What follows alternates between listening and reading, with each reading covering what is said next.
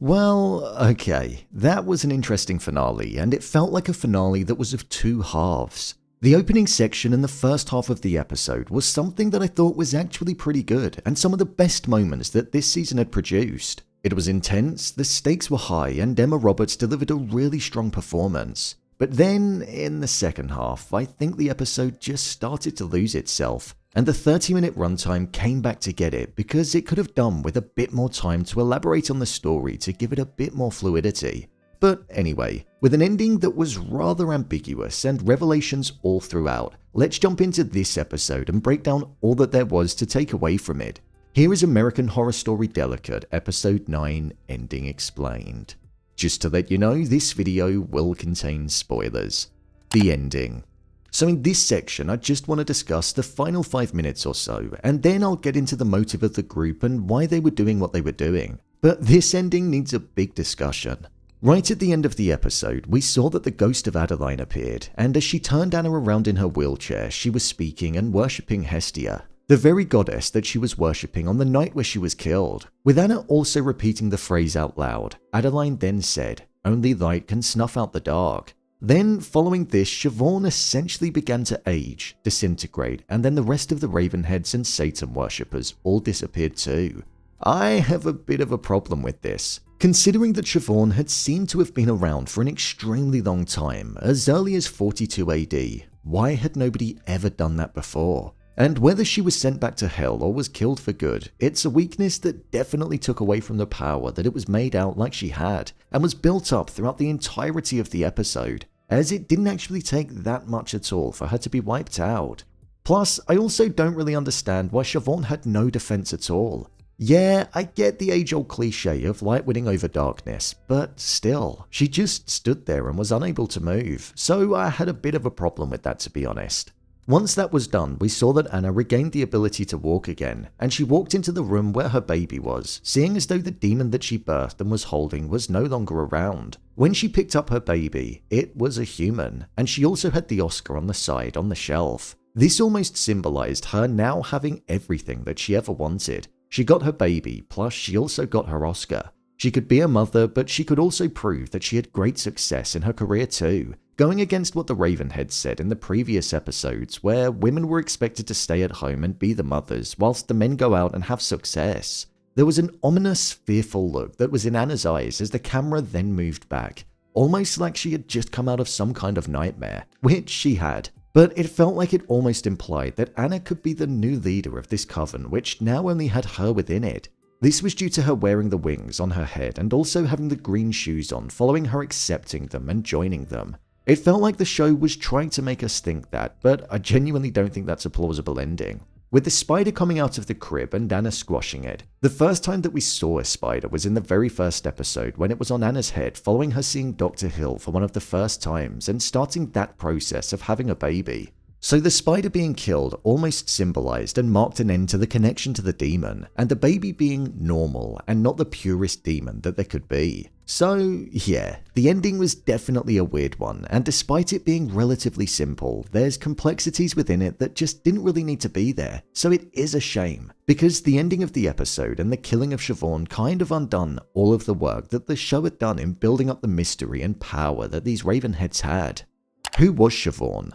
Well, we never actually found out who Siobhan was, other than the fact that she was just literally Siobhan Corbin, and she made her own rules. She called herself the auteur and said that she ran the world. The definition of an auteur is a film director who influences their film so much that they rank as their author, and with it being a French word, when it's translated into English, it quite literally translates to author. So I suppose Siobhan viewed the world as her own kind of movie, and she wanted to dictate the future of it, hence the mission that all of the Ravenheads were on. This was the aim of removing toxic masculinity, making deals with women who wanted everything in the world and then using them to hold babies for them and then recruit them.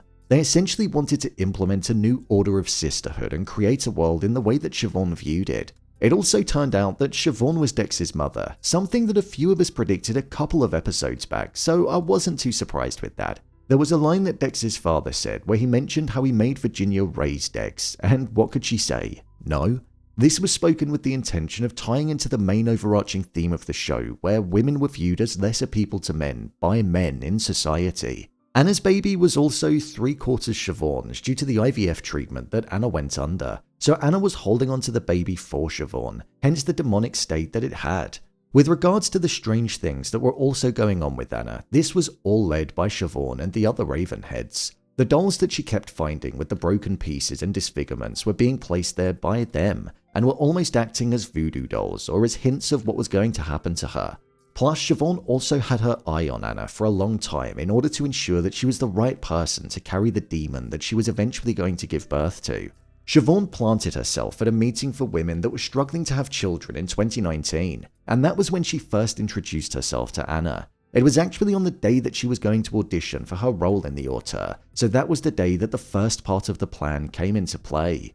The show didn't provide a lot of clarity around the demonic identity of Siobhan, but maybe they didn't because they wanted it to be more of a mystery, which I can kind of understand, but equally at the same time, clarity is always nice, especially considering each season is just a one and done type thing. My review of the episode. I thought this episode was a finale of two halves, as I said at the start. I actually really enjoyed the first half. The moments in the ambulance, the symbolism of holding onto the Oscar the entire time, the panic, the fear, the bold move in killing off Kamal and Dex in the way that they were killed. It felt like the American Horror Story of old. It was gory, bloody, and like a nightmare that you just couldn't escape from. I also thought that Emma Roberts did a great job in this opening section too. In fact, the entire episode. You could tell that she was one of the more seasoned performers in this cast, because the moment that Cara Delevingne started speaking, it just became stale, and it felt like a performance that was being deliberately amplified. The whole scene with Siobhan meeting Dr. Hill and promising him success in the fertility clinic world if he did as she said felt a bit shoehorned in. It was about a minute long, and it felt like it was done to just answer the question of how he came to be involved, which just felt a bit unnatural. When Ivy was killed, that was a moment of shock that I didn't expect, but again, it brought out the bad acting that Cara Delevingne had. I don't mean to be so harsh on Cara Delevingne, but I did genuinely think that she was the weakest performer by far throughout this show, and it was just so hard to avoid because she was in it quite a lot. The whole thing about Siobhan tasking Ivy with killing her son and it being a test just felt a bit ridiculous, to be honest.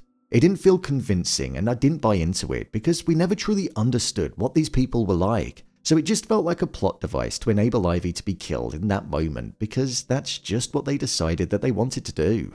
The final half of this episode was where I think it went a bit wrong for me. The short 30-minute runtime without commercials is something that just meant that everything that was built up into the first half had to be rushed through in the second because they didn't have that long left to provide clarity and closure, and they were unsuccessful in doing that.